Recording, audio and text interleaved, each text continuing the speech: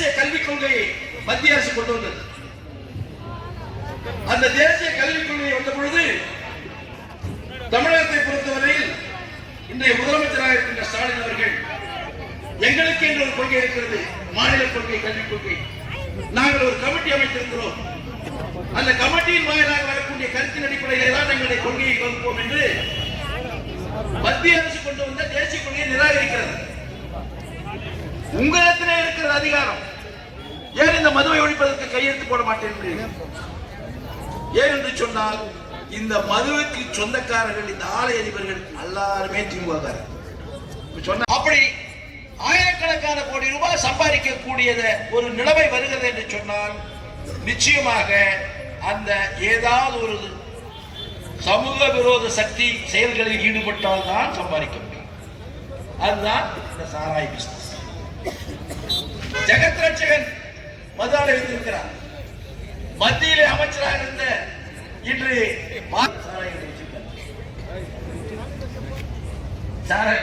வச்சிருக்கார். இன்னும் கொடுமை பாருங்க. இப்படி எல்லாம் இவங்க சாராய ஃபேக்டரி வச்சதுனால நிறுத்த முடியாது. இது ஒரு 50,000 கோடி வருமானம் வருது. இந்த 50,000 கோடியை கட்டுப்படுத்த முடியும். ஏன் முடியாம போனது? அவருடைய தங்கை திருமதி எம்பி சொன்னாங்களே எலெக்ஷன் 21 அப்போ என்ன சொன்னாங்க? கடிப்பொடி. தமிழகத்தில் எங்க பார்த்தாலும் கணவனை இழந்த கைப்பெண்களாக இருக்கிறார்கள், கள்ளச்சாராயம் குடித்து இறந்திருக்கிறார்கள். நாங்கள் ஆட்சிக்கு வந்தால் முதலில் கையெழுத்து போடுவது மதுவை ஒழிப்போம். இன்னைக்கு கிருஷ்ணகிரி மாவட்டத்தினுடைய அடிப்படை தேவை இன்னைக்கு நீர். இந்த நீரை பட்ஜெட்லேயே ஏற்கனவே கொடியாலத்தை 280 கோடி ரூபாய் எஸ்டிமேட் போட்டு வச்சிருந்தோம். அனௌன்ஸ் பண்ணிருப்பார் 110 அறிக்கையில.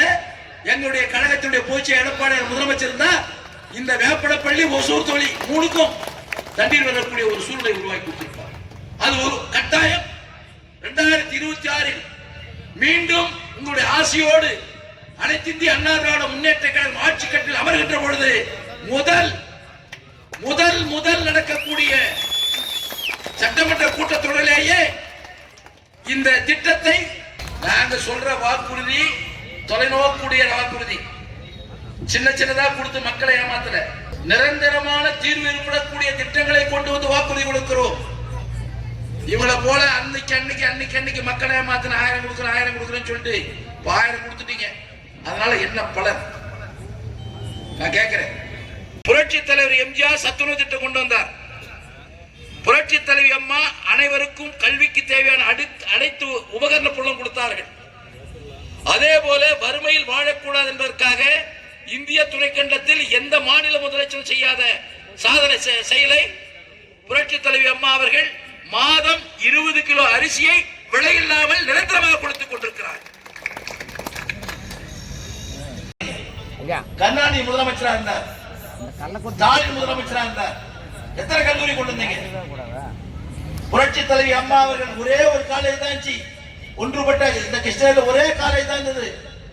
புரட்சி தலைவி அம்மா வந்த பின்னாடி தான் Krishnagiri women's arts college, Bargur engineering college, Bargur arts college, Hosur arts college, Uthangarai polytechnic college. முன்னாள் சட்டமன்ற உறுப்பினர் அன்பு சகோதரி மனோரஞ்சன் நாகராஜ் சட்டமன்றத்தில் கேட்கிறாங்க, அம்மா எங்க தொகுதியில எல்லாம் பின்தங்கி மாவட்ட தொகுதியா இருக்கு, ஏழை எங்களுக்கு ஒரு காலேஜ் கொடுக்குமா, காலேஜ் கொடுமான்னு கேட்டாங்க. சிரிச்சுட்டாங்க அம்மா.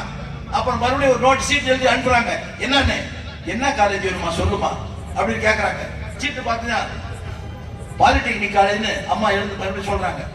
அந்த இடத்திலேயே சட்டமன்றத்தில் ஊத்தங்கரையின் பல்கலைக்கழக கல்லூரி கொண்டு வர, பாலிடெக்னிக் கல்லூரி கொண்டு வர உடனே கொடுத்தாங்க. அந்த காலேஜுக்கு ஒரு மகராஜ 10 ஏக்கரா இலவசமா கொடுத்தாங்க. இப்போ காலேஜ் நடந்துட்டு இருக்கு. அதே மாதிரி பருகூர்ல பாலிடெக்னிக் காலேஜ், அதே மாதிரி தர்மபுரி லா காலேஜ், தர்மபுர இங்க மெடிக்கல் காலேஜ். என்ன கொண்டு வந்த இது எல்லாம் எதிர்காலத்தில் பிள்ளைகள் உயர்ந்த நிலைக்கு கொண்டு வருவதற்காக கொண்டு வரக்கூடிய திட்டங்கள் நாங்க கொண்டு வந்திருக்கோம். நீ என்ன கொண்டு வந்த? சும்மா மக்களை ஏமாத்துறது புதுசா ஸ்கீம், மக்களை தேடி மருத்துவம், இன்னுயிர் காப்போம், இதெல்லாம் என்ன எங்க நடக்குது? யார் பலனடைஞ்சாங்க? யாரும் பலனடையலையே. ஆனா நாங்கள் கொண்டு வந்த திட்டம் முழுவதுமே முழுமையான பலன் எடுத்துக் கொண்டிருக்கிறார்கள். எனவே அண்ணா பிறந்தவர்களுடைய இந்த பிறந்த நாள் விழாவிலே நாங்கள் செய்த பணியை தொடர வேண்டும். அந்த தொடர்வதற்குரிய வாய்ப்பை நீங்கள் உருவாக்கி கொடுக்க வேண்டும். அப்படி உருவாக்கி கொடுத்தால்தான் எதிர்காலம் நன்றாக இருக்கும். ஏனென்று சொன்னால், ஏற்கனவே பேராஜ் சொன்னார், சட்டம் ஒழுங்கு முழுமையாக சீரழிந்து கொண்டிருக்கிறது. ஒரு சட்டம் ஒழுங்கு பாய்ச்சினாவே ஒரு மனுஷன் தன்னை மறக்கும் போதுதான் தப்பு பண்றான். சாராய் முடிச்சான்னா கூட ஒரு போதை ஏற்றி மிரட்டினா பயந்துடுறான். சாராய் முடிச்சா மிரட்டினா பயந்துருவான். ஆனா இந்த கஞ்சா அப்படின்னு அடிச்சான்னு வச்சுங்களேன், அவன் என்ன குறிக்கோள் நினைக்கிறானோ அந்த குறிக்கோளோட போயிட்டே இருப்பான். யாரு மிரட்டினாலும் கவலைப்பட மாட்டான். நீ அடிச்சா அவன் என்ன நம்மளை திருப்பி அடிப்பான்.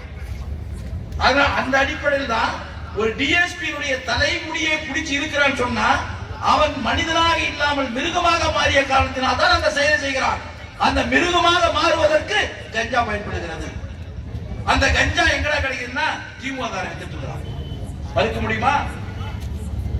திமுக எடுத்துட்டு இருக்கிறான். திமுக ஒன்றிய செயலாளர் எடுத்துட்டு இருக்கிறான். மறுக்க முடியுமா? ஏதாவது கேட்டீங்கன்னா நான் ஆதாரத்தோடு சொல்லிடுவேன். அவமானப்பட்டுருவீங்க, அசிங்கப்பட்டுருவீங்க. நான் பெருந்தன்மையா சொல்றேன், மாத்திக்க, தயவு செஞ்சு மாத்திங்க. ஏன்னா இந்த சமூகத்துக்கு நாம சமூகத்தை காப்பாற்றணும் தான் நம்ம வந்திருக்கிறோம். இந்த சமூகத்துக்காக தான் நாங்க பணியாற்றணும் வந்திருக்கிறோம். மக்களுக்கு தான் தொண்டு செய்யணும் வந்திருக்கிறோம். அந்த மக்களை அழிவு பாதையில் செல்வதற்கு நீங்கள் உறுதுணையாக இருந்து விடக்கூடாது. இன்னைக்கு அதான் நிலைமை. இதையெல்லாம் போக்கி மீண்டும் நல்லாட்சி வர வேண்டும். அந்த நல்லாட்சி வருகின்ற சூழல் வேறு அண்ணா பிறந்தவர்களுடைய 116வது பிறந்த நாளிலே கழக நிர்வாகிகள் சூழலை ஏற்போம். நாம் மக்களிடத்திலே செல்வோம். மக்களோடு மக்களாக இருப்போம். மக்களை சந்திப்போம். மக்களுடைய உணர்வுகளை மதித்து அவர்கள் தேவைகளை அறிந்து அதற்குரிய நடவடிக்கையில் ஈடுபடுவதற்கு நாம் நம்மை தயார்படுத்திக் கொள்வோம். அவர்களோடு இணைந்து பணியாற்றுவோம். அதுதான் அண்ணாவுக்கு செய்கின்ற பெரும்பேறு. அதை தொடர்ந்து செய்வோம். வருகின்ற 2026 கூட்டணி பற்றி கவலைப்பட தேவையில்லை. அந்த நேரத்தில் முறையாக வந்துவிடும், சரியாக வந்துவிடும். இந்த கூட்டணி வைத்துக் கொண்டுதான் திரு ஸ்டாலின் அவர்கள் பேசிக் கொண்டிருக்கிறார்கள். தனியாக நாம் நின்று கொண்டிருக்கிறோம். தனியாக நின்று கொண்டு இத்தனை கட்சிகளுக்கும் எதிர்வினையாற்றிக் கொண்டிருக்கின்ற இயக்கம் அனைத்து இந்திய அண்ணா திராவிட முன்னேற்ற கழகம். பார்ப்போம். தவறுமே தவறு செய்து கொண்டிருக்கிறார். ஒண்ணு இல்ல, இந்த ஏரியில போய் பாருங்க. நான் ஏற்கனவே கலெக்டர் கிட்டையும் கிட்டையும் சொன்னேன், தண்ணி பஞ்சம் வந்துருச்சுங்க. இந்த துறை ஏரிக்கு தண்ணி கொடுங்க, மாந்தப்பள்ளி ஏரி தண்ணி கொடுங்க, உமதப்பள்ளி ஏரிக்கு தண்ணி கொடுங்க, நம்முடைய தண்ணி கொடுங்கன்னு சொன்னேன். இன்னும் அந்த கலெக்டர்மா சொல்றேன்னு சொன்னாங்க, செய்யல. ஆனா என்னடான்னா அந்த உமதப்பள்ளி ஏரி இருக்கிற ஏரியில பார்த்தா அந்த மண்ணை கொள்ள அடிச்சுட்டு போயிட்டு இருக்கான். மண்ணை ஆயிரக்கணக்கான டன் மண்ணை கொள்ள அடிச்சுட்டு போயிட்டு இருக்கான். யாரான்னா தனியார் நிறுவனங்களுக்கு கொட்டி மேடு ஏற்றத்தை கொண்டு போயிருக்கான். விவசாயிகளுக்கு நாம கொடுத்தோம். நம்முடைய எடப்பாடியார் முதலமைச்சர் இருக்கும் போது விவசாயிகளுக்கு 7 இருந்து மண்ணை கொடுத்தோம் இலவசமா. ஆனா இப்ப என்ன நிலைமை? இந்த உமதப்பள்ளி ஏரி போய் பாருங்க. கிட்டத்தட்ட ஒரு ஜேசி இது இந்த எக்ஸ்வேட்டர் ஒரு 4 எக்ஸ்வேட்டர் இருக்கு, ஒரு 10-20 டிப்பர் இருக்கு. ஒரே தடவை கொண்டு போய் கொட்டிட்டு இருக்கிறான். இது கலெக்டர் கம்ப்ளைண்ட் பண்ணிட்டேன். நான் கலெக்டர் பார்க்க சார், நாங்க இந்த நிமிஷம் வரையும் பார்க்கல. அரசாங்கம் சொத்து யாரோ ஒருவனுக்கு சம்பந்தம் இல்லாமல் விலை போய் கொண்டிருக்கிறது. இதையெல்லாம் கட்டுப்படுத்த வேண்டும் என்று சொன்னார். அண்ணா திராவிட முன்னேற்ற கழகம் ஆட்சிக்கு வர வேண்டும். அப்படி ஆட்சிக்கு வருவதற்கு நம்மை நாம் தயார்படுத்திக் கொள்வோம் என்று கூறி இந்த நிகழ்ச்சியை சிறப்பான முறையில் ஏற்பாடு செய்த மாவட்ட கழக செயலாளருக்கும் ஒன்று கழக செயலாளருக்கும் என்னுடைய மனமார்ந்த நன்றியை தெரிவித்து விடைபெறுகிறேன். நன்றி. பேரறிஞர் அண்ணா பெருந்தனுடைய பிறந்தநாள் விழாவில் கழகத்தின் துணை பொதுச் செயலாளர் வியாபாரி சட்டப்பேரவை உறுப்பினரும்